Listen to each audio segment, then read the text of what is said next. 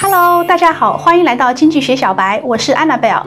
加拿大是美国的邻居，有着雪原、平原和辽阔的森林，有着繁华都市，是安全平等的国家，加上完整的医疗保险系统，近几十年来是移民的首选国家。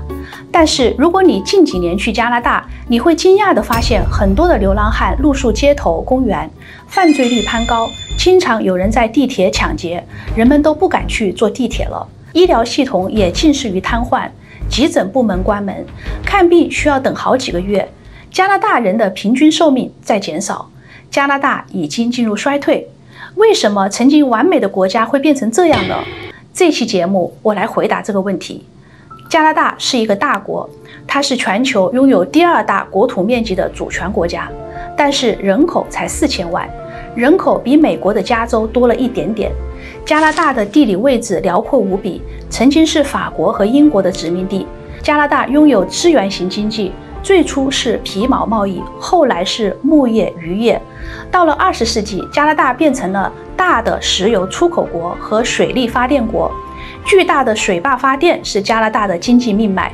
加拿大还有其他的产业，比如工厂和金融。不过加拿大一直活在强大的美国阴影之中，许多工厂是美国的分支工厂，比如福特汽车、通用电气等等。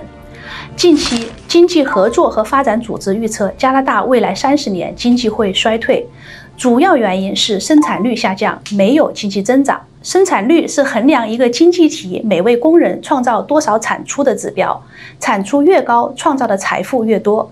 目前美国的工人生产率高于加拿大的40%，结果就是加拿大的人均收入比美国低。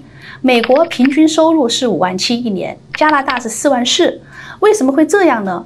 简单来说，过去几十年加拿大停止了生产商品，注重了买卖房产，从以前的资源型经济转化为买卖房产的庞氏骗局。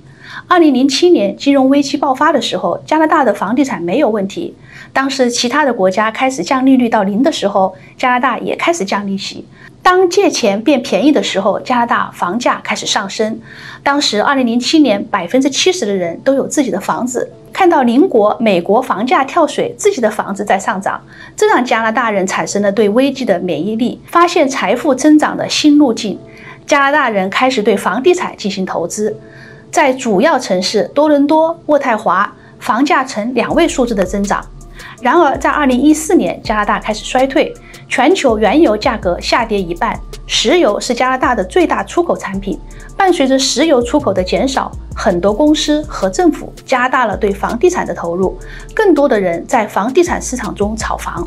加上加拿大是一个移民国家，需要盖很多的新房，钱流入了建筑行业，同时人们将多余的钱来购买投资房。很少的人投资股市或者是创新产品。在美国有很多的钱投入了创新产品，投入的资金是加拿大的2倍。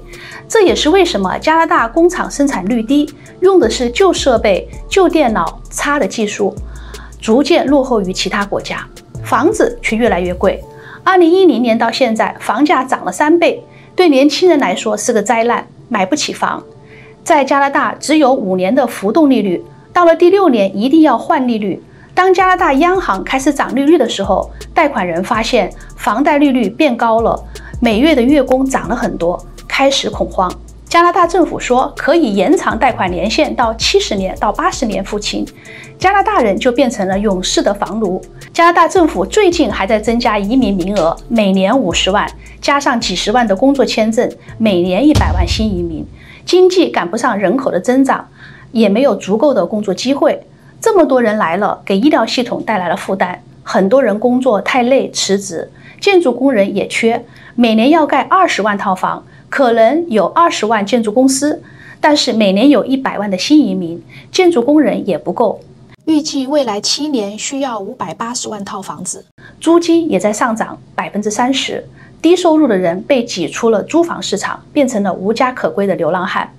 政府没有要解决这个问题的意愿，加拿大的危机会更严重。不知道大家如何看待这个问题，请在下面留言，我会回复。最后，以经济学家Amartya Sen的话收尾：没有投资于人类发展的经济增长是不可持续和不可取的。好了，如果大家喜欢我的视频，请订阅点赞。YouTube 搜索经济学小白。